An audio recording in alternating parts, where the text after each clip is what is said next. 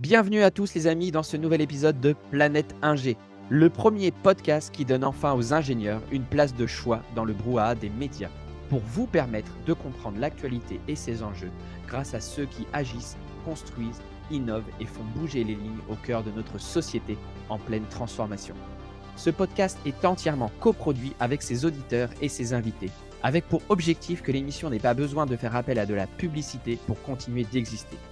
Si vous voulez aider Planète Ingé et faire partie du collectif, vous avez deux possibilités. Soit vous pouvez acheter les NFT, vous allez voir c'est super fun, et vous obtenez des contreparties, comme par exemple garder les fichiers audio d'une émission, recevoir des autocollants par la poste chez vous, accéder à une communauté WhatsApp, et tout ça se passe sur planeteinger.uncut.fm. Vous pouvez aussi tout simplement faire un don direct sur la page Tipeee de l'émission. Je vous ai mis les liens dans le descriptif.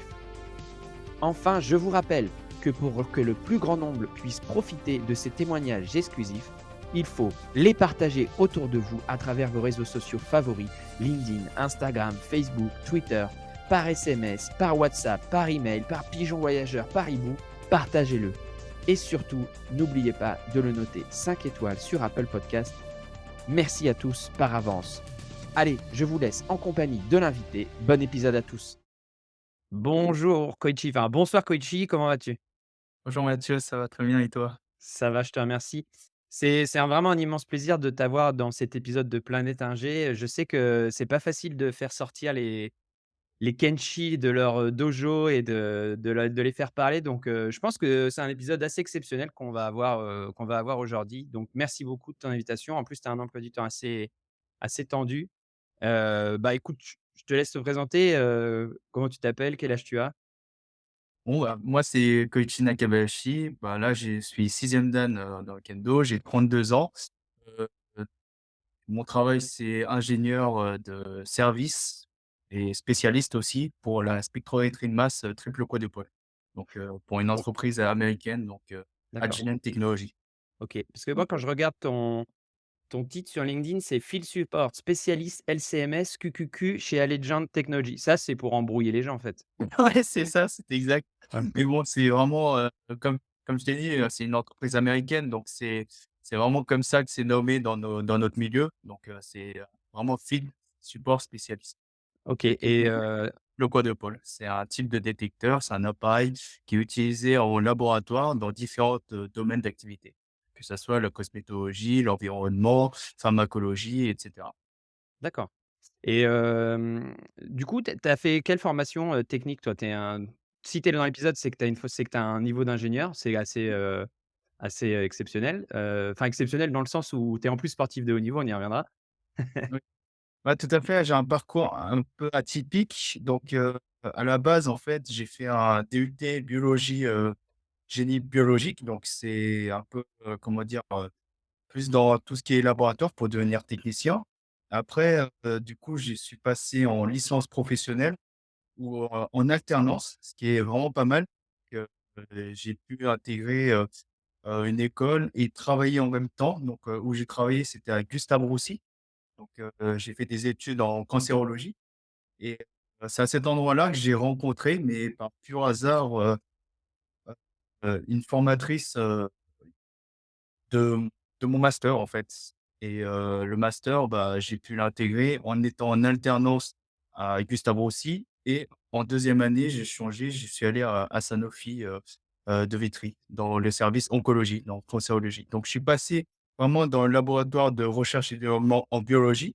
Donc et là, en fait, après Sanofi, je j'avais pas la volonté de continuer, dans tout ce qui est laboratoire de recherche, public, que là, j'ai vraiment, cherché à rejoindre, une entreprise sur les appareils que j'utilisais en laboratoire. Et là, en fait, bah, j'ai été pris, dans mon entreprise actuelle et ça fait 6 ans que j'ai intégré l'entreprise. OK et du coup, ça tu fais beaucoup de déplacements, hein? C'est des chantiers, c'est ça? Oui, beaucoup de déplacements. Donc, avant, quand j'ai rejoint, mon entreprise, notre secteur d'activité, ça, c'était, toute la Normandie, Bretagne et ça allait jusqu'à, Toulouse même. Mais bien sûr, bah, en fait, tout dépend des demandes, des interventions Moi, je suis spécialisé aussi dans ce qu'on appelle le cut-off. Donc, c'est un autre type de spectrométrie de masse dont on est 4 ou 5 formés en France. Donc, voilà, s'il y a des demandes, il y a des interventions, qui doivent se faire rapidement, là, je suis obligé de me déplacer et déjà mon secteur d'activité, enfin, mon secteur dans la France, c'est vraiment, très large. Donc, ça va de Normandie, Bretagne et jusqu'à Poitiers. OK. Des clients, réguliers. C'est important de cadrer un petit peu ton job actuel parce que vous allez voir par rapport à son parcours sportif et à ses résultats, enfin moi personnellement et beaucoup de gens doivent se poser la question comment tu arrives à gérer tout ça? Juste un petit rétropédalage, j'adore la spectrométrie, de masse et tout ça, ça me passionne. Mais c'est pas pour ça que je t'ai invité. Je t'ai invité pour ton je t'ai invité parce que tu es un pratiquant de kendo, membre de l'équipe de France. Alors on va juste, donner rapidement ton palmarès, c'est pour encore une fois poser les bases, de la discussion. Champion d'Europe individuel en 2019, vice-champion, en 2013, champion d'Europe par équipe en 2013, 2016, 2017, 2019, 2022. Ouais, donc encore une fois cette année. Tu as été aussi champion de France, j'imagine? Champion de France, plusieurs fois, 4 fois au total. Champion 4 de fois. France excellence, individuelle et après en équipe, je compte plus, quoi. D'accord. Et aujourd'hui, tu es professeur au dojo de Buchelet? Tout à fait. OK, et 6e dan, on va y revenir après. Je pense que les gens, ils ont pas percuté ce que ça veut dire. Et tu as quel âge? Je sais pas si tu nous as donné ton âge. J'ai 32 ans, ouais. Tu as 32 ans, voilà. Donc je pense qu'on a bien, bien posé le cadre. Hem, Juste pour rester 5 minutes, même pas 5 minutes sur ton travail, comment le kendo aujourd'hui, le fait que tu sois pratiquant de kendo, comment ça influence ton métier d'ingénieur justement? Ah oui, c'est une très bonne question. Après aujourd'hui dans mon métier, il y a pas forcément de reconnaissance, il y a pas d'aide ou de mérite d'être champion. Il y a juste bien sûr, les collègues qui font: «Ah lui c'est un champion, de kendo» et cetera. Mais dans toutes les entreprises où j'ai travaillé, il y a pas forcément bon, bah, on va alléger son emploi du temps ou Ouais. j'ai toujours fait pareil que tout le monde, c'est juste que j'en fais plus et ça, en fait, souvent c'est pas simple à gérer, mais jusque-là, bah, je me suis accroché et il faut quoi. Je peux pas m'arrêter parce qu'on a ce goût de notre passion et voilà, je suis membre de l'équipe de France, aujourd'hui, donc je représente, le drapeau, la France, donc j'ai quand même une responsabilité. Donc j'ai une responsabilité dans mon métier qui est vraiment autre chose de responsabilité dans ma pratique du kendo et j'ai rarement fait le lien entre les 2 quoi. Parfois mes cli avec suivant les discussions avec les clients, bah, j'hésite pas à dire que, bah, j'ai un certain niveau dans le kendo et je me fais savoir que ça va, j'ai un certain niveau, quoi. Et comment ça se passe justement quand tu parles de kendo autour de toi? Parce que bon voilà, moi à mon niveau, quand je parle de kendo, tout le monde s'en va en fait. Tout le monde tourne le dos, tout le monde s'en fiche, on peut le dire. Donc comment ça se passe toi dans le fait que tu sois justement, un peu plus capé, est-ce que ça change quelque chose? Est-ce que les gens s'intéressent quand tu en parles ou pas du tout? Pour être honnête, pas tellement comme tu dis, pendant une discussion, on en parle. Après voilà, maintenant j'ai l'image de: «Ah oui, c'est le champion de kendo, il est là» et les gens ils ont très enfin beaucoup de mal à retenir mon prénom et mon nom de famille donc c'est souvent, «Ah oui, c'est le champion, il est là pour réparer notre appareil, il est là pour nous installer notre appareil». Donc ça aide, bien sûr, ça donne une certaine image de soi, mais pas de discussion, ça ça attire la curiosité de qu'est-ce que c'est comme pratique, comme, art martial, mais sans plus, quoi. Et toi ça t'embête pas d'avoir cette étiquette là à chaque fois dans le milieu professionnel justement, on te ramène à ça? Et ça change quoi par rapport à ta reconnaissance purement professionnelle justement? Non, moi ça me dérange pas, ça me dérange pas, au contraire, parce que je suis fier de pratiquer le kendo, je suis fier d'être en équipe de France. C'est un peu une fierté que j'ai, aujourd'hui. Qu'est-ce que je peux te dire? C'est que le kendo, ça a forgé ma personnalité et moi, je pense que c'est vraiment grâce au kendo que je suis parvenu jusqu'ici, jusqu'en master, jusqu'à trouver mon travail, jusqu'à mon job et je dirais, je dirais même que voilà, c'est plus professionnel que d'être en équipe de France autant professionnel qu'être dans mon entreprise là. Oui, C'est 2 d'accord. jobs à part entière en fait. C'est comme si tu avais 2 jobs à plein temps, quoi. Tout à fait, ouais. C'est, c'est quoi la fréquence des entraînements quand tu es en équipe de France justement? Ça représente quoi comme Bah, en volume? équipe de France, on a un week-end par mois.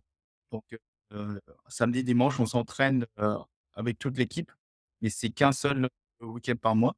Après, à partir de janvier, on a plusieurs compétitions et je peux dire que tous les week-ends, soit on a un stage, soit on a une compétition, soit on a des déplacements à l'étranger pour les compétitions. Mais voilà, c'est beaucoup de sacrifices quand même, côté, personnel, côté Ah famille. j'imagine, ouais, ouais. Parce que le week-end, bah, du coup, la semaine, je suis en déplacement avec mon travail et le week-end, bah, du coup, je suis en déplacement ou autre chose pour les compétitions et stages. Donc, c'est beaucoup de charges physiques, travail physique, Et mental, quoi. voilà.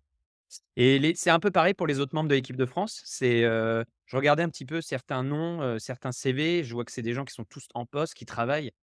Donc j'imagine que c'est un peu pareil pour tout le monde, non? Ou Alors tu c'est connais des exceptions? oui, tout à fait, on en parle, très souvent quand même et les gens qui sont titulaires en équipe de France, en tout cas aujourd'hui, pour moi, c'est ceux qui réussissent. Ils réussissent bien leur vie, ils réussissent dans leur milieu professionnel. Et pour moi, je pense que c'est pas une coïncidence. Ils Je pense que le kendo apporte quelque chose à chacun et donc que ça soit dans le milieu professionnel ou dans les études ou autre chose, mais ils réussissent et ils s'accrochent, en fait. Ils s'accrochent à ce qu'ils font et du coup, bah, là, chacun il arrive à rentrer en équipe de France et arrive à gérer tout ça, quoi. Ouais, d'accord. Mais tu en connais dans l'équipe de France qui ont des emplois du temps plus allégés pour pouvoir s'entraîner un peu plus? Ou Aujourd'hui, j'en connaîtrais pas. Ils OK. font chacun des boulots, monstrueux, enfin, avec des horaires de fou. Ils arrivent à s'entraîner le soir comme tout le monde et voilà, je pense qu'il y a personne qui a vraiment des horaires allégés, qui puisse faire beaucoup d'entraînement, dans la semaine. OK. Et malgré ça, on a une équipe, qui arrive, championne d'Europe. C'est quand même exceptionnel. Alors c'est quoi? C'est le niveau de la formation en France ou c'est le fait que le niveau, est enfin là, par rapport au niveau européen, c'est encore, comment t'expliques justement comment on peut avoir un tel niveau, d'excellence avec des volumes comme ça, si je prends à d'autres je ma question c'est si je prends d'autres sports, c'est juste pas possible d'être champion, enfin presque à un niveau, top, top, top et en ayant un job à temps plein, tu vois ce que je veux dire? Donc, comment t'expliques ça? Alors il y a beaucoup de choses, hein. Il y a beaucoup de Vas-y. choses et je pense qu'en un seul interview, ça va être très compliqué de tout balayer. Bon, ouais, j'ai le temps. Ouais, il y a peut-être mais par exemple, aujourd'hui, les champions du monde, c'est les Japonais, les Ouais, Coréens, on va dire les Américains et après, ça se bataille un peu pour la 4e position. Les d'accord. Japonais et Coréens, c'est des professionnels. Donc les Japonais, c'est tous des policiers. Donc quand on est policier, on doit décider entre judo et kendo et voilà. Donc c'est les plus forts, c'est ceux qui c'est généralement les policiers. Les Coréens, c'est purement professionnel. Ils sont payés pour pratiquer, le kendo. Donc D'accord. en France, on s'entraîne pas beaucoup, c'est vrai. Enfin, on s'entraîne comme on peut, on va dire. C'est pas un job et on arrive à s'en sortir parce que justement, on a cette passion du kendo et hem et comment dire? On responsabilise chaque personne dans la pratique du kendo. Hem, Aujourd'hui, on va dire que les membres de l'équipe de France sont des gens qui sont montés des depuis l'équipe de France, jeune, on va dire, dans la plupart, mais il y a pas que. Et donc, il y en a qui s'accrochent, qui s'entraînent énormément, qui essayent comme ils peuvent de s'entraîner, à fond. Heu le kendo, voilà, c'est pas que le côté physique, heu mental ou il y a pas que ça. C'est pas que la rapidité, c'est pas que le plus fort, c'est pas que celui qui s'entraîne le plus. Je pense qu'il faut s'entraîner intelligemment et heu et se poser la question de comment on arrive à progresser, heu, plus rapidement. Si on s'entraîne tout le temps de la même manière, de la même intensité, peut-être à un moment donné, on doit se poser la question: «Est-ce que je suis dans la bonne voie?» OK, moi quand je donne des cours, j'explique toujours qu'il faut vraiment donner le meilleur de soi et donc chaque entraînement qu'on fait, même si c'est une fois par semaine, il faut que ça soit meilleur que la semaine d'avant.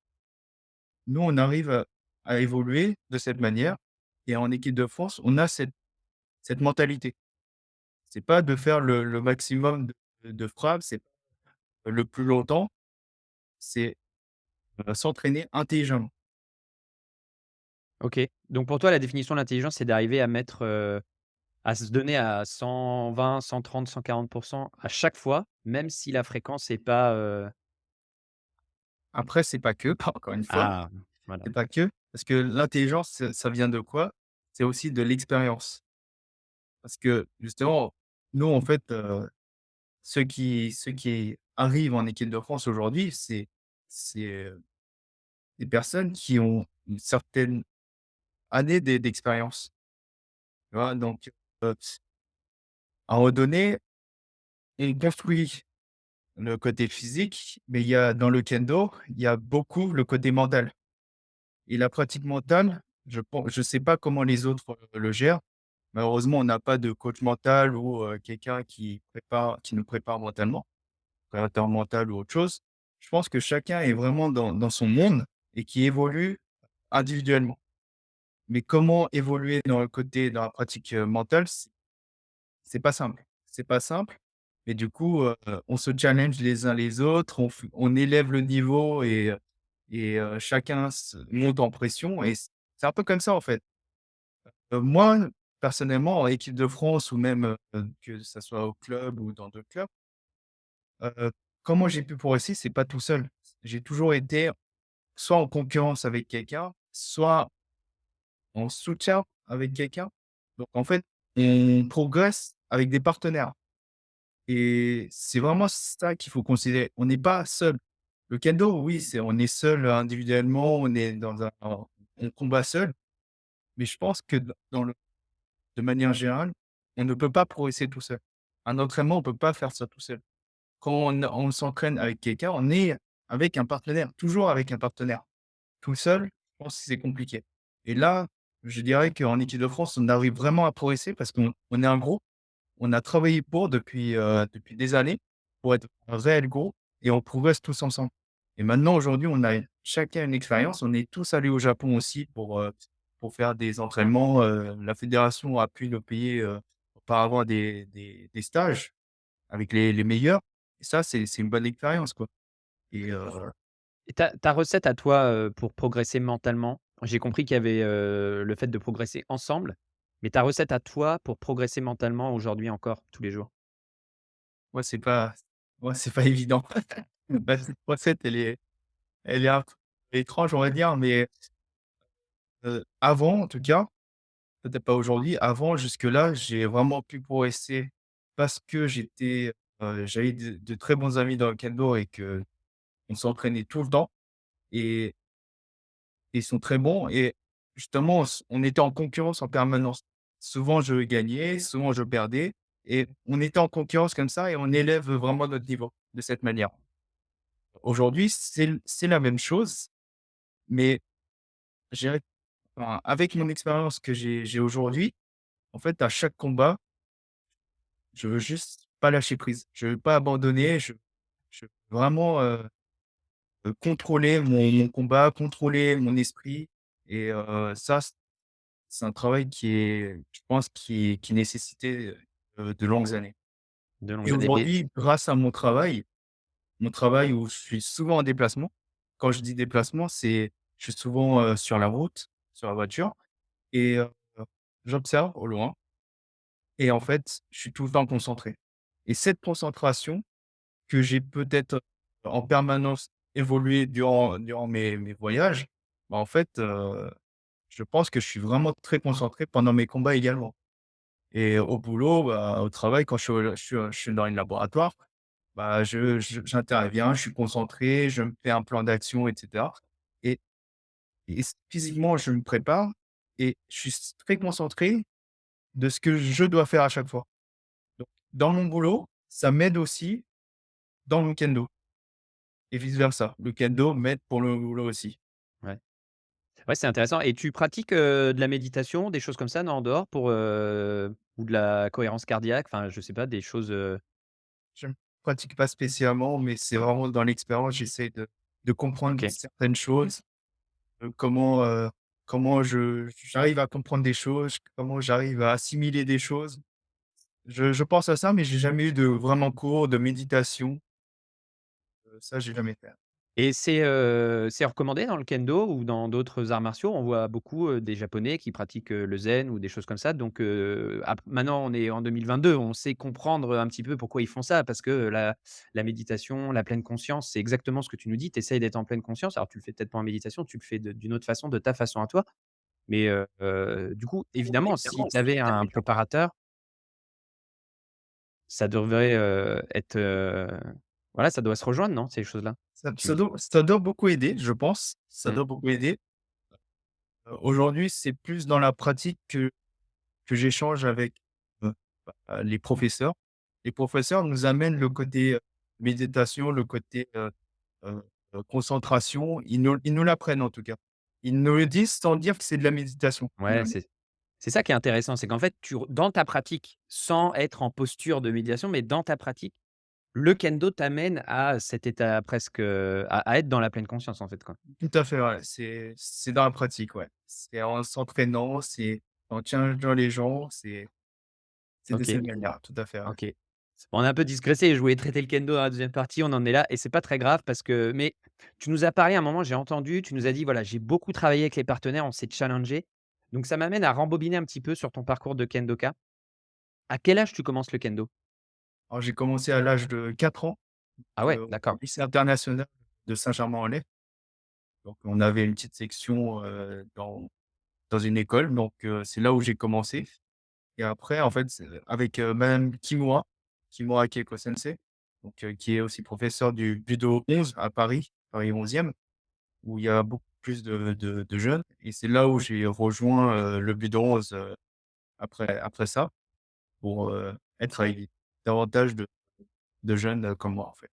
Tu vivais dans Paris, près du dojo ou ça a demandé une organisation particulière au niveau, familial? Bah, là, beaucoup, enfin, j'habitais pas dans Paris, dans les Yvelines, donc Ouais. à plus d'1 heure Ah de ouais. Paris en voiture. Donc, c'est ma mère qui m'y a emmené à chaque fois. Et donc, c'est vraiment grâce à elle que, j'ai je pratique le kendo et que j'ai atteint ce niveau-là.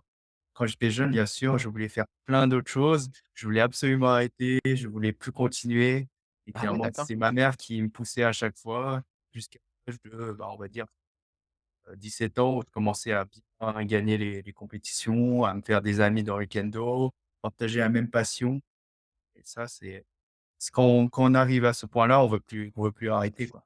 Et c'est marrant parce que en tant que papa, moi j'ai 2 garçons et j'en ai un qui est un grand, on est très, exigeants avec ses enfants Oui. et on aimerait moi le mien il est à 11 ans, il fait du hand et tu à chaque fois qu'il soit le meilleur, qu'il se donne à fond et tout. Mais en fait, ce que je commence à comprendre et ça me prend du temps, c'est qu'en fait un enfant à 8 ans, 9 ans, 10 ans, 11 ans, il est pas du tout dans le mindset de devenir, meilleur, bon ou de voilà, lui ce qu'il veut juste c'est s'amuser donc et ce que tu me dis c'est intéressant parce que tu me dis: «Moi j'ai» tu as voulu arrêter plusieurs fois en fait? Ah oui, tout à fait. En fait, moi, j'ai des parents mes parents, ils sont japonais, les 2. Et on m'envoyait souvent au Japon pour, pendant les vacances, juillet, août, pour faire du kendo. Ah! Frais de fabrication. Voilà, Voilà. ouais, ouais, c'est vrai. Ouais et ça a été très difficile, je de en donc entre 15 et peut-être avant même 15, 17 ans, tous les ans, juillet, août, alors que tous mes autres amis, les autres enfants allaient, gentiment en vacances, bah, moi j'allais, au Japon faire des stages intensifs, dans des lycées, dans des universités, à faire des entraînements de 5h30 du matin jusqu'à 18h le soir et ça a été, plusieurs fois l'été, quoi. que C'était ça, dur, c'est non? Quand tu arrivé là-bas en tant que Français et bah, on était un petit groupe, encore une fois, c'était avec un groupe du Bude-11 de Paris.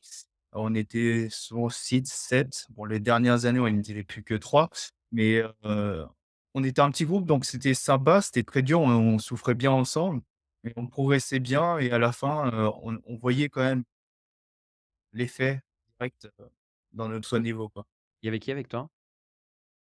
Aujourd'hui, ils sont plus trop là, mais les dernières années, il y avait Itoke qui était avec moi, D'accord, capitaine de l'équipe de France actuelle.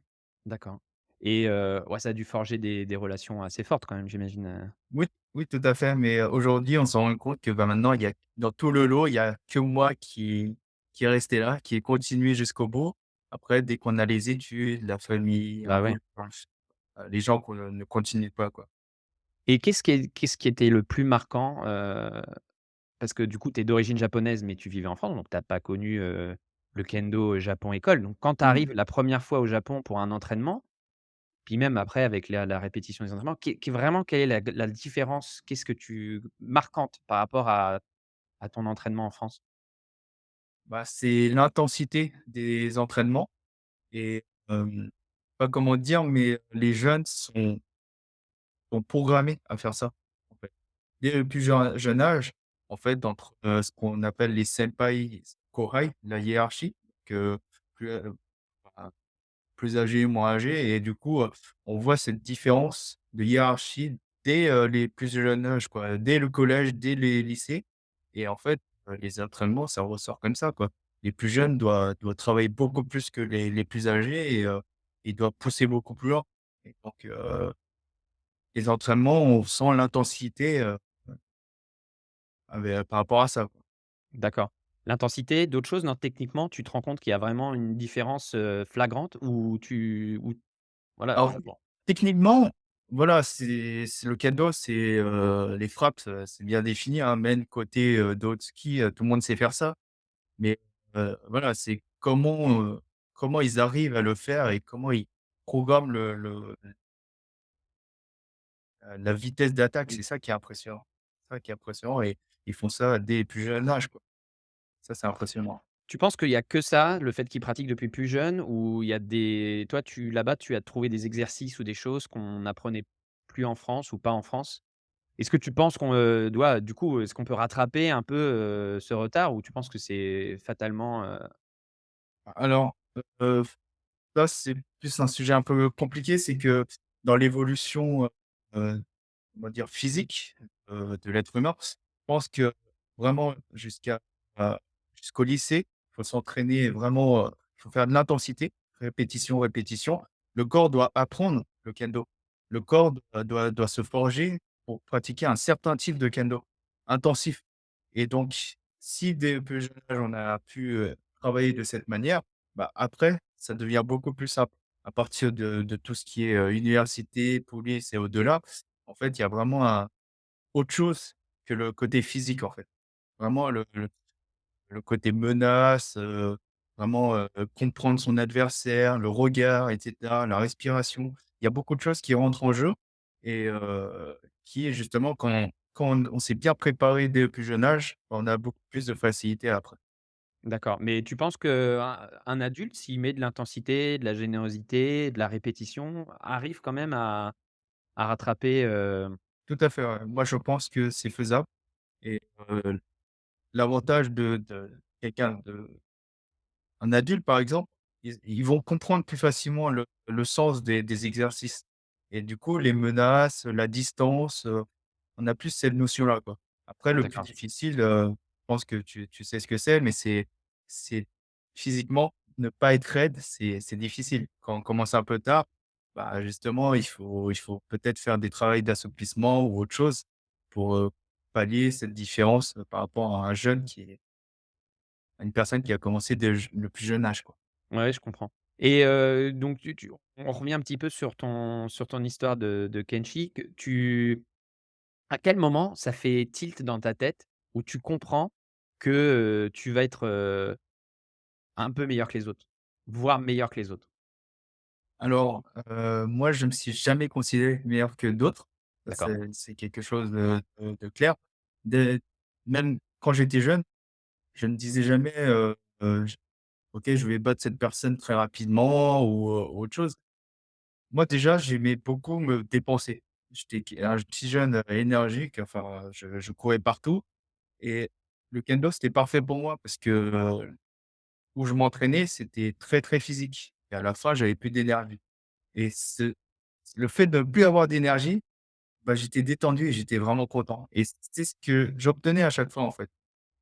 Moi, je m'entraînais que le mercredi soir, quand j'étais jeune et le soir, bah, je me dépensais et j'étais épuisé et j'avais plus besoin de rien, quoi.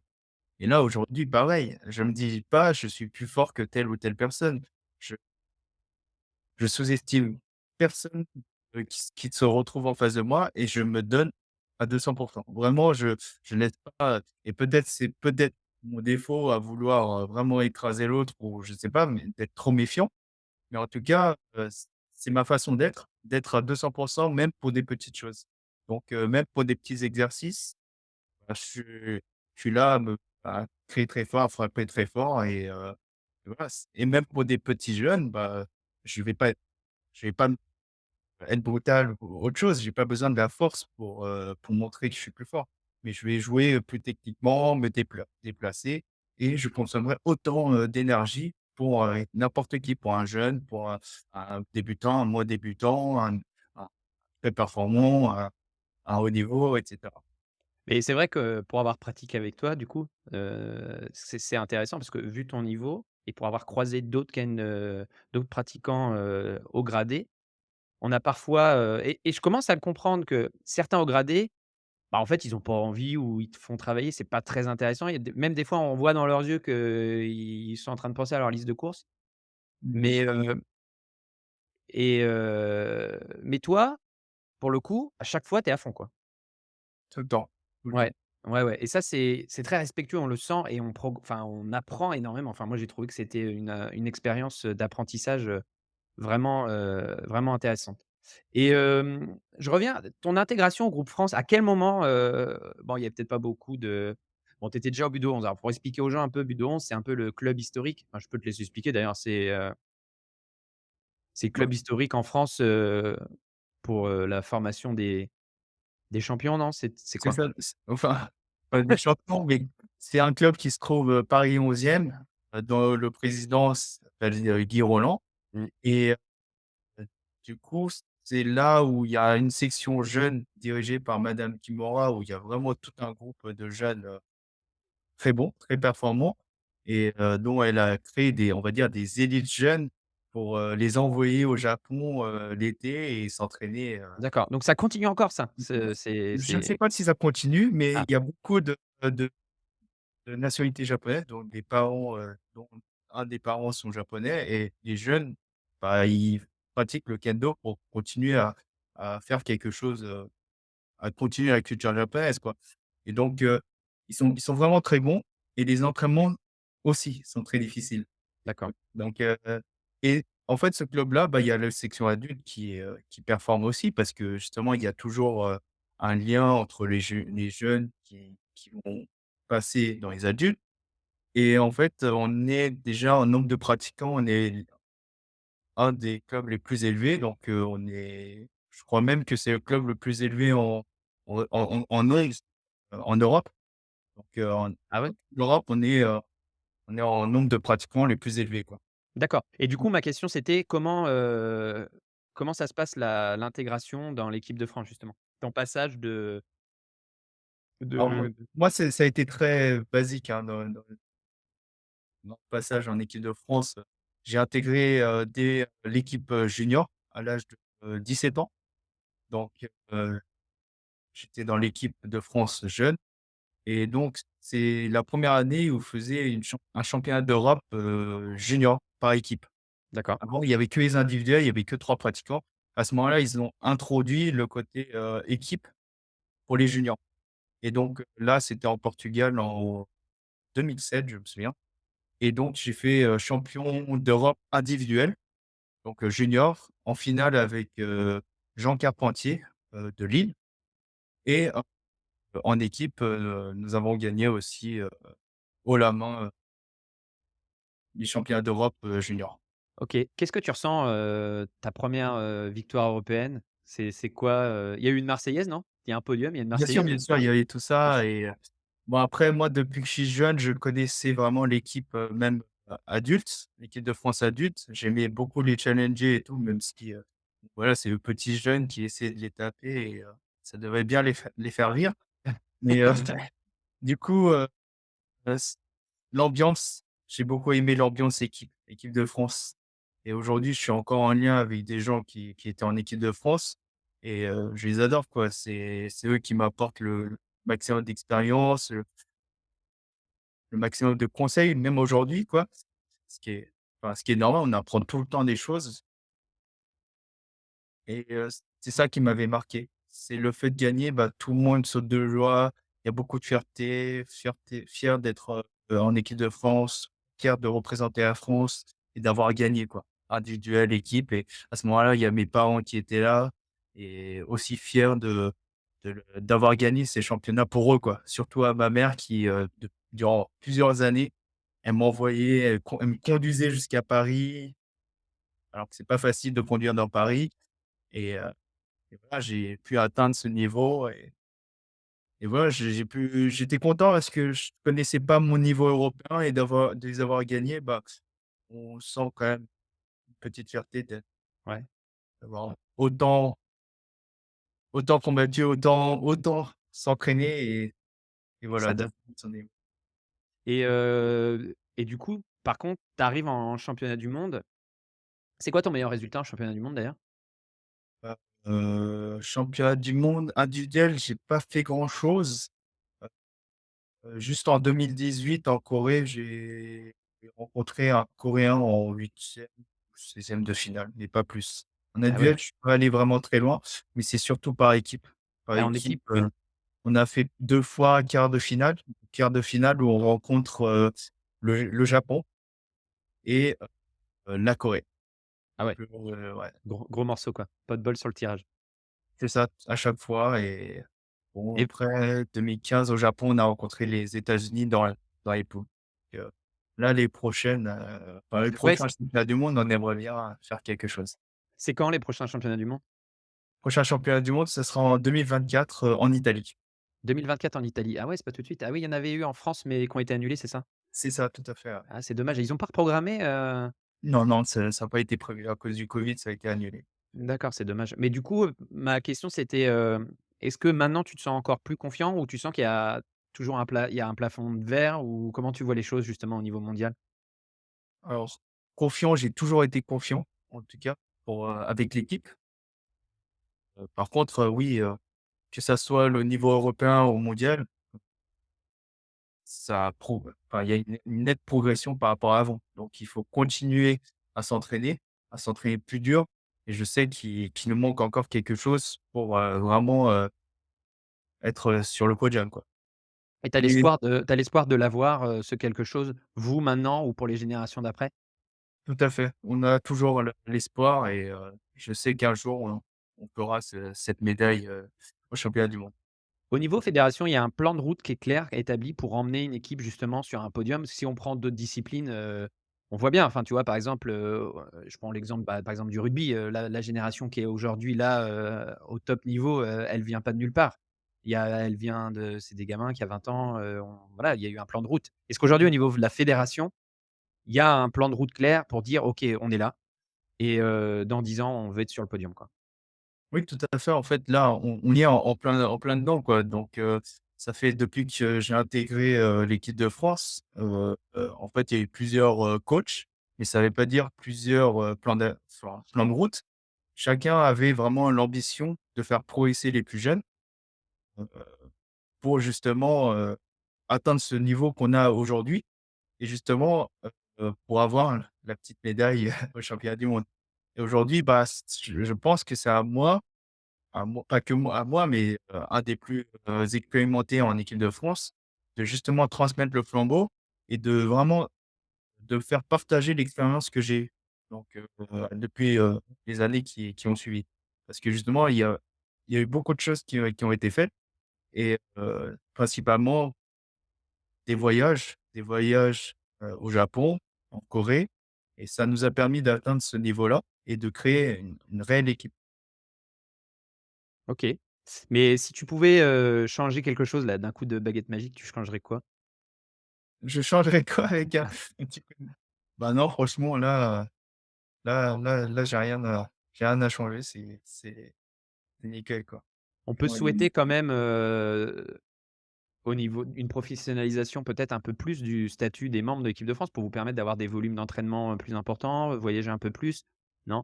bah, ça a été vu à un moment donné, mais ça a pas été approuvé, mais c'est d'avoir, justement cette statut de haut niveau, en effet. OK.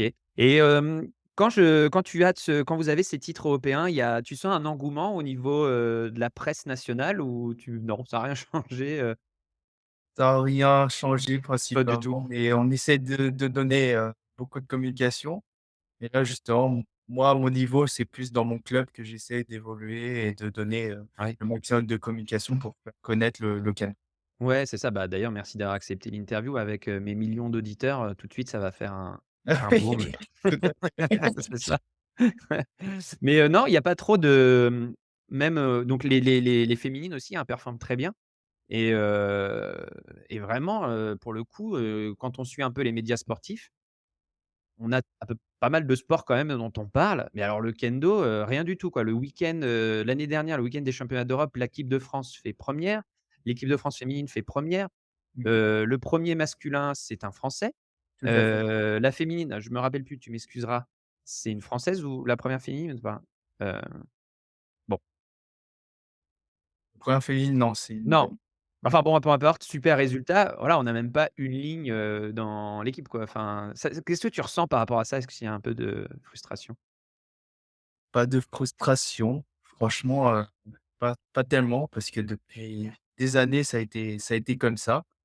Mais ouais, qu'est-ce qu'on peut y faire? Qu'est-ce qu'on peut Qu'est-ce y faire? C'est le kendo, c'est pas répandu, mais j'aime beaucoup partager ce que j'ai fait, mes résultats à mes amis, à mes collègues. Ouais, tu assez présent sur les réseaux sociaux, non? Oui, tout à fait, ouais. Ouais, ouais, ouais. Pas énormément, mais j'essaie de partager, ce que j'ai pu faire, mon OK, expérience et cetera. OK. Du coup, il y a une question qui est passée, mais c'est pas grave. Ton plus gros raté en compétition, justement, c'était quoi? Alors, moi, en fait, je me souviens beaucoup de tous mes ratés. Enfin, dès que j'ai une défaite, ça m'atteint beaucoup et je m'en rappellerai, tout le temps, quoi. Mais, bah, le plus grand raté, beaucoup de mes coéquipiers vont le dire, hein, c'était en 2011 où c'était ma première participation au championnat d'Europe en Pologne avec Gdynia et donc, moi, petit jeune sélectionné, je rentrais en équipe et voilà, on va dire, c'était l'année où on n'était pas une équipe. On était vraiment tous individuels, on se connaissait à peine. Il y a des anciens qui sont restés, nous qui avons rejoint l'équipe et donc on arrive jusqu'en quart de finale contre l'Allemagne, si je me souviens bien et donc voilà, c'était un peu triste parce que quand on combat avec une équipe, sans être une équipe, le sentiment qu'on a, c'est assez douloureux. C'est pas simple. Moi, je vais au combat, je suis pas du tout confiant. Certes, j'ai gagné mon combat d'1 point. J'aurais pu gagner de 2 points et en gagnant de 2 points, j'aurais pu faire gagner l'équipe. Mais malheureusement, bah, en quart de finale, on se loupe, on perd contre l'Allemagne et on n'est même pas sur le podium des championnats d'Europe. Et c'est la première fois depuis des années que, l'équipe de France n'était pas sur un podium des championnats d'Europe. Et donc, beaucoup de choses, beaucoup de polémiques après. Et donc ça a été très dur de digérer ça. Et c'est après qu'il y a eu tous ces, plans de route, plans d'action, qui ont été réalisés pour faire progresser l'équipe qui était qui était toute jeune, quoi. Après le renouvellement de l'équipe, bah, ça n'a pas été simple. Ça a pas été simple pour faire sa place et pour se faire connaître, pour avoir une réputation, de très bon niveau, quoi. Ouais, à ce moment-là de la défaite, tu le prends pour toi, tu le prends personnellement et tu remets en question ta capacité à être, un leader de cette équipe? tout à fait, ouais. Bah, là, à ce moment-là, j'étais loin d'être le leader, j'étais, le petit jeune qui venait de rejoindre, l'équipe, donc je voulais tout faire pour aider l'équipe, donc mon mon kendo est très dynamique, le petit jeune nerveux, bah, je voulais, absolument aller chercher les points et donc heu, bon, finalement, aujourd'hui, je me dis le la personne qui était en face de moi n'était pas heu, qui avait un certain niveau, donc gagner 2 points, c'était très ambitieux. Mais le f si j'avais gagné, 2 points, bah, là, j'aurais fait gagner l'équipe, quoi. Avec beaucoup plus de force, beaucoup plus de maturité dans mon kendo, j'aurais pu le faire. Donc oui, à ce moment-là, oui et même aujourd'hui, je le prends pour moi, le fait de perdre, la rencontre et je sais que mes autres coéquipiers, ils doivent penser pareil, que c'est de leur faute ou autre chose. D'accord. Ouais, OK et du coup, ça rejoint une question de Jihan. Jihan, elle est dans ton dojo et elle d'accord. pose la question justement, comment tu surmontes ces défaites-là? Et comment tu arrives à en faire des paliers positifs? Comment tu restes motivé quand en tant que compétiteur? Ah, c'est vrai que c'est très compliqué. Sentimentalement, les émotions et cetera, c'est pas simple. Ça amène beaucoup de frustration et beaucoup de doutes, beaucoup de questions. Mais justement, l'important, c'est de pas abandonner, de continuer à s'accrocher et moi, la seule chose que j'ai envie de faire, c'est pas d'avoir tout de suite ma revanche, mais de dépenser le maximum à l'entraînement et de me retrouver de me remémorer cette situation. Parfait. On reprend. Je te repose la question du coup, comment tu comment tu surmontes justement les défaites et c'est quoi tes conseils pour rester motivé en tant que compétiteur? Oui, c'est pas évident, hein, de surmonter, ces défaites, mais voilà, faut pas abandonner de mon point de vue. Faut continuer à regarder devant et quand je reviens à l'entraînement, en tout cas, j'ai envie de me dépenser un maximum pour me remémorer de ma défaite et de ne pas refaire les mêmes erreurs, à ma prochaine rencontre. La D'accord, défaite, tu revisualises. voilà, je revisualise, l'action, le moment où j'ai perdu, mais surtout est-ce que, je me pose plein de questions. Est-ce que j'étais, plutôt à reculons? Est-ce que, heu, j'avais peur? Est-ce que j'avais des doutes quand je suis allé au combat? Tout ça, en fait, heu, je fais en sorte, à la prochain entraînement, je travaille et à la prochaine compétition, bah, qu'il n'y ait plus, quoi, pour revenir OK. beaucoup plus confiant. OK, je comprends. Hem, on va faire encore 2 questions de 2 questions, de Kenchi, de nos clubs. Donc la première, ce sera la mienne et après je poserai celle de D'accord, David. Ma question à moi, c'est moi, j'ai pas fait de compétition de sport quand j'étais jeune, donc j'ai commencé le kendo il y a 7 ans. Je me suis dit tout de suite: «Je vais faire de la compétition» parce que, je voulais pas, avoir ça qui manquait dans la progression mais ce que je trouve le plus difficile, c'est que, bah, on se prépare, on se prépare, on se prépare et le jour J, on n'arrive pas à être, détendu ou à être à fond ou à être sur son kendo, et du coup, ça, c'est la plus grosse déception pour moi. C'est quoi ton conseil par rapport à ça? ouais, c'est pas évident, moi, par exemple, comme je t'ai dit, hem tout ce qui est, compétition internationale en individuel, j'ai pas fait grand-chose parce Mmh, que justement, je rencontre souvent cette situation où d'accord. j'ai une peur, j'arrive pas à gérer mon stress, j'ai l'impression de plus savoir rien faire et finalement ça se retransmet dans le combat. Heu, Aujourd'hui, bah, moi je dirais que c'est encore une fois de l'expérience.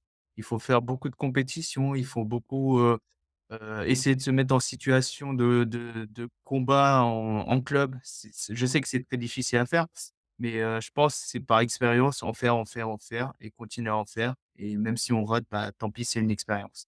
Mais bon, pour être vraiment en forme dans son premier combat, parce que généralement, c'est les premiers combats qui sont difficiles, bah, faut vraiment bien s'entraîner, s'échauffer avant le combat. C'est chauffé Donc fort, ouais. Parce que s'échauffer. les gens se rendent pas compte, bon, il y a le judo, peut-être le karaté qui ressemble un peu, mais au kendo, c'est en fait, tu peux mourir en 2 secondes. C'est-à-dire que le combat commence et c'est ce qui fait toute la beauté du kendo, c'est que tout se passe très, très rapidement, quoi. Tout se passe très rapidement, en effet et c'est si, on a juste un en compétition en tout cas, un petit léger doute où on n'est pas confiant, bah, là, ça se voit et l'adversaire va prendre son avantage. Ouais, ouais, ouais, c'est fou. J'ai une question de David.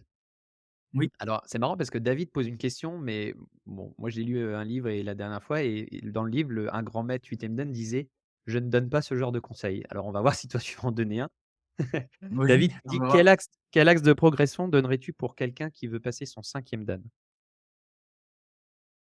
Axe de progression pour passer son 5e dan. Ouais, c'est pas simple. Tout ce qui est axe de progression, moi, je vois pas, je pourrais pas dire. Je pourrais vraiment pas dire, quelque chose de très, quelque chose de très concret parce que pour moi, le kendo, c'est une continuité et que ça soit le 1er dan, 2e dan, 3e dan, 4e dan, heu, pour moi, c'est continuer à la pratique du kendo, évoluer parce que chacun a son propre kendo, mais faire évoluer son kendo, être satisfait de son kendo et pouvoir le démontrer à un passage de grade à ce kendo.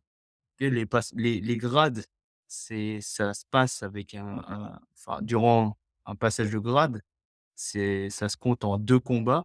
En 2 combats, il faut justifier le fait qu'on vaut son niveau, quoi. Donc, je sais que dans tout ce qui est enseignement de la fédération française, ils proposent, un axe de progression, pour le 5e dan, pour le 6e dan et cetera.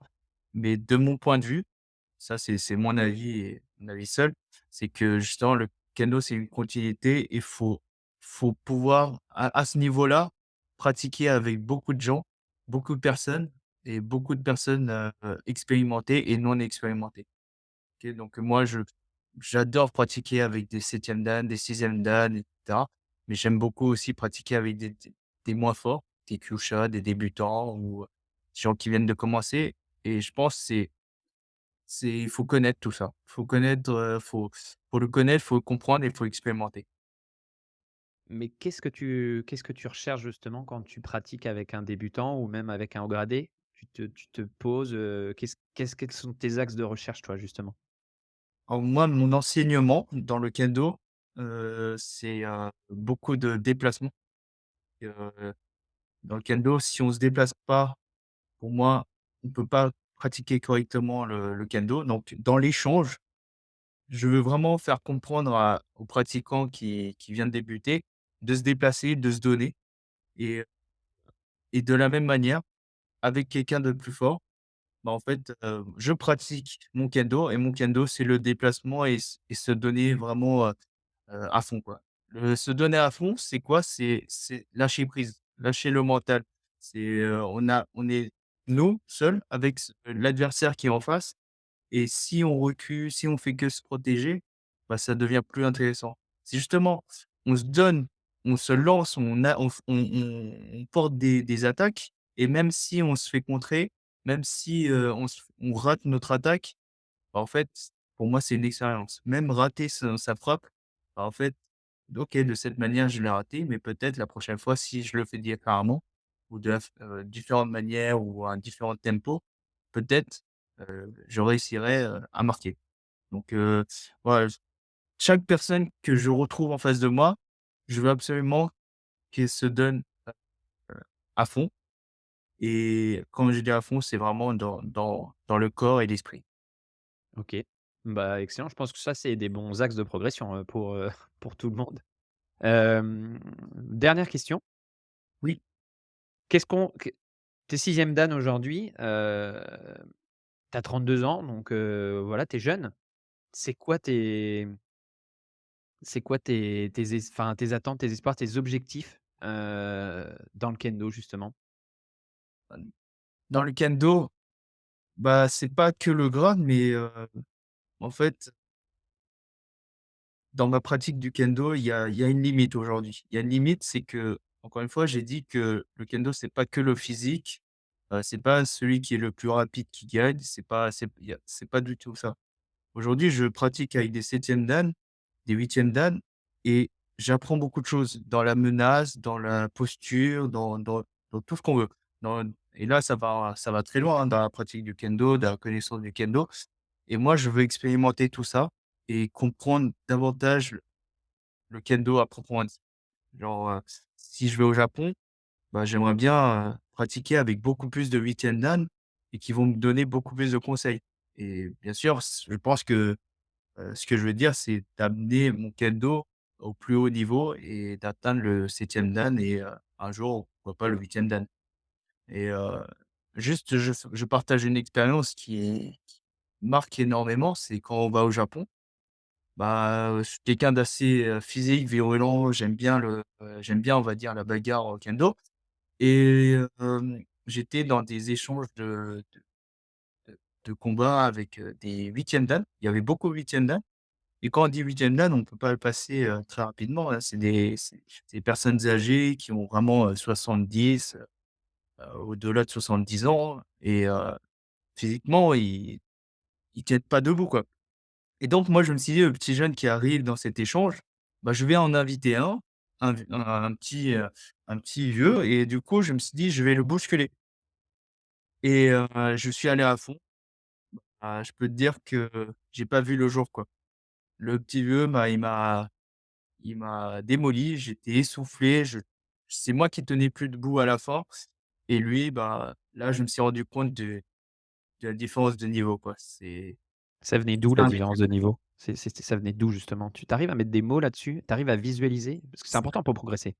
c'est très difficile. C'est très difficile, j'ai pas les mots parce que c'est je peux même pas les définir. C'est ça le kendo, en fait. Le kendo, c'est pas la rapidité, c'est vraiment, dans en termes de posture, de garde, tout ça, c'est complètement différent et bah, c'est l'expérience aussi et ils m'ont enfin le le sensei Uchien Dan, il m'a totalement contrôlé, quoi. Il y a le centre également, il y a tout ce qui est posture. Je dirais que c'est l'expérience et ces années de pratique de kendo qui permettent de justement atteindre ce niveau-là et Et qu'aujourd'hui, même un jeune ne peut pas, rivaliser un huitième dan, c'est pas possible. il y a un Beaucoup fac vont se de excuse-moi, beaucoup vont se poser la question: «Ah oui, mais là, je comprends rien. Dès que je pratique avec, ce monsieur, ce sensei et tout, je comprends rien, je j'arrive pas à attaquer». Mais encore une fois, est-ce qu'on a réussi à partager tous ces émotions avec, cette personne? Est-ce qu'on a pratiqué à 200 avec cette personne? C'est là où il faut se poser la question et c'est là où on comprend à la fin si, la pratique avec un huitième dan. C'est pas toujours évident, je l'accorde, mais quand on a atteint un certain niveau, bah, c'est ce genre d'échange qu'on recherche et là, aujourd'hui, c'est ça que je cherche, mais heureusement, en France, on n'a pas tellement de possibilités de s'entraîner avec un huitième dan, mais aujourd'hui, les septièmes dan français sont de très haut niveau également et c'est très passionnant de pouvoir échanger avec eux. OK. Bah, tu vois, tout à l'heure, je te demandais si tu avais une baguette magique parce que tu pouvais changer donc ce serait de pouvoir aller au Japon plus souvent avec, rencontrer plus souvent Ça serait bien. un Japonais. C'est pas évident, hein, mais y aller tous les ans, ça serait vraiment bien d'aller. C'est Tu ça. gardes tu Ouais, je rebondis sur ce que tu disais, hein. Est-ce qu'il y a le facteur énergie? On parle du qui. Est-ce qu'il y a le facteur énergie qui rentre en ligne de compte? Est-ce que ça, tu y crois? Et est-ce que c'est quelque chose que tu arrives déjà à sentir un peu? Alors croire, sentir, oui, j'y crois, sentir, oui. Heu, Encore une fois, je pense que c'est de la manière de comment on pense, comment on arrive à bah, extérioriser tous ces sentiments, tous ces émotions et dans le combat, bah, comment on arrive à justement, à garder tout ça en soi et de justement le ki, comme tu dis, le ki ou l'énergie, dégagée par nous, par le pratiquant, bah, en fait, c'est très difficile à condenser tout ça. Il y a i une fois, il y a un sensei qui m'expliquait, toi, tu as beaucoup d'énergie, tu as beaucoup de ki, mais ça se disperse partout et je comprends tout à fait ce terme. S À un moment donné, on peut se dire, «Qu'est-ce qu'il veut me faire croire comprendre ou qu'est-ce que je dois croire?» Mais en fait, là, je comprends. Si l'énergie, on le disperse un peu partout, bah, en fait, on ne concentre pas sur notre propre, sur nous ou sur notre, adversaire et ça, je comprends tout à fait. Donc ce terme-là et je pense qu'il faut un certain niveau, de pratique pour le comprendre, mais tout à fait, je vois tout à fait, ce que tu veux dire. Ouais. Et et le deuxième point par rapport à ce que tu disais juste avant, moi je trouve, après je peux me tromper, je suis encore très jeune dans le kendo, hein. Moi je trouve que d'aller pratiquer avec quelqu'un qui a un écart trop grand, en fait finalement, tu apprends pas parce que tu comprends pas ce qui se passe en face, la pers et tu vois, je sais pas ce que tu en penses, mais à un moment donné, tu c'est bien aussi de pas aller chercher trop haut parce que ça te permet, bah, d'être sur un niveau d'apprentissage ou un niveau d'opposition qui permet justement de lire et d'apprendre à ton niveau. Tu vois ce que je veux dire ou pas? Non. Je crois comprendre, mais moi, j'ai toujours pratiqué avec les plus forts, donc je pourrais Ah pas ouais? dire. Ouais, j'ai toujours eu un niveau très, très, très élevé. Après, j'ai toujours cherché les plus forts, quoi, moi. Donc après, quand je rencontre quelqu'un de moins fort, c'est pas pour autant que, je vais baisser mon niveau et ce sentiment que tu as, j'avoue que je ne pourrais pas comprendre tout Mmh à fait mh. parce que en tant qu'enseignant et en tant que membre de l'équipe de France, je suis tout le temps à fond et du coup, peut-être, c'est ça où je réfléchis, peut-être mes partenaires, les je mes élèves, ressentent cette différence de niveau et ont du mal à vouloir aller au-delà de mon niveau et moi, c'est ça que je souhaite, en fait. Je souhaite que la personne en face se dépasse pour pouvoir me dépasser, pour pouvoir me atteindre un plus haut niveau que moi. Non, mais en fait, ce que tu disais, c'est peut-être parce que, justement, il suffit juste d'aller, au contact d'un haut gradé, de se donner à fond d et pas de réfléchir plus que ça et rien que ça, déjà de faire ça, ça permet d'aller, de progresser, quoi. Oui, tout à fait, ouais. Bah, c'est en combattant, en rivalisant avec les plus forts qu'on devient plus fort, de mon point de vue. Ouais, OK. Bah, écoute, Koichi Nakabayashi, tu vois, je me suis pas planqué derrière mon petit doigt, j'ai quand même prononcé ton nom. Heu, je juste par rapport à ça, je voudrais qu'on donne 2 ressources de lecture. Alors moi, ma ressource préférée, alors les gens vont rire parce que c'est pas un livre, mais et on a parlé d'énergie, de concentration de l'énergie, de plein de concepts autour du sabre. Donc moi, je conseille la lecture du manga, Vagabond qui, pour moi est juste, hallucinant dans la façon, dans le dessin, dans le scénario, dans la façon de raconter l'histoire de Miyamoto Musashi, par un manga. On arrive à comprendre un peu tous ces concepts-là. Heu, voilà, jetez-vous dessus, je sais pas si tu connais? Oui, tout à fait, ouais. Et tu as le même sentiment, non, quand tu l'as lu? Tu Ouais, ouais, exact. Ouais, ouais, bah, c'est super intéressant. Il y a beaucoup de messages au fond qui ouais. ressortent. Ouais, qui reflètent très bien le monde de le monde du sabre et cetera. Non, je suis tout à fait d'accord avec toi là-dessus. Ouais. Moi, je j'ai par rapport à ça, il y a des moments qui sont marquants dans ce livre, enfin dans ce manga. Il y a quand Musashi affronte, le pratiquant de la lance dans la forêt et qui se laisse envahir par le stress, par le on voit et c'est imagé par une espèce d'araignée géante derrière lui et là, on comprend un peu ce concept-là de pas se laisser bouffer, le mental. De quand tu te laisses pénétrer par, le doute, même un tout petit, c'est comme une piqûre dans un ballon de baudruche, non? C'est Ouais, c'est vrai. C'est vrai, exact. Tu Non, te non, rappelles de cette image-là, non? De cet animal qui tombe sur ses épaules d'un coup et tu nous en as parlé, hein, c'est le stress que tu ressens, en championnat du monde, c'est tout ça. Il y a une autre image aussi, je sais pas ce que quand il y a un grand maître de sabre qui, affronte les pratiquants, au Bokken et cetera et qui à main nue, juste parce que c'est un grand maître, arrive à les désarmer parce que oui, ouais, il est dans le oui, tout il à est fait. il est dans le faire un avec l'univers, avec le rythme de l'univers et il désarme ses adversaires sans chercher, à leur faire du mal. OK et est-ce que toi tu as un support à conseiller aux pratiquants? Un livre ou n'importe quoi? Ah, je sais pas du tout si ça existe en France. Je sais pas si ça existe en France. Moi, on m'a acheté un livre qui s'appelle Musashi no Ken. Mmh mh. C'est un manga et en fait, c'est une personne qui est, enfin, c'est un petit enfin, ça parle d'un petit jeune qui fait du kendo, et il a la position de garde du Jodan et on voit tout au long de sa vie, bah, il progresse et cetera. Il devient adulte et en fait, on voit que son père, il devient champion du Japon en concurrençant un des plus grands, combattant, qu'il a et en fait, il se prend un énorme tsuki, donc c'est une frappe à la gorge où il est totalement, tout rouge et à un moment donné, il décède, suite à un combat et en fait, bah, lui, le petit le jeune, c'est son fils et il décide de suivre, le chemin de son père et de progresser et on voit plein de scénarios qui est vraiment intéressante où encore une fois, par exemple, il y a un passage où, ce petit jeune, il va chercher à vouloir, progresser et s'entraîner dans son club, c'est pas possible, bah, il va aller affronter en mode vagabond, ben, les meilleurs de d'autres, dojos et il va les rencontrer à main nue, il va les taper et il va les assommer. Il va dire, «Bah, c'est bon, j'ai battu le meilleur, donc j'irai au prochain, un prochain dojo pour, battre les meilleurs» et ça m'a beaucoup marqué parce que petit jeune qui confrontait, des plus âgés que lui et qui les battait, j'aime beaucoup ce manga, ouais. Ça t'a rappelé quelqu'un? Non. Peut-être, je sais pas. J'aime beaucoup en tout cas.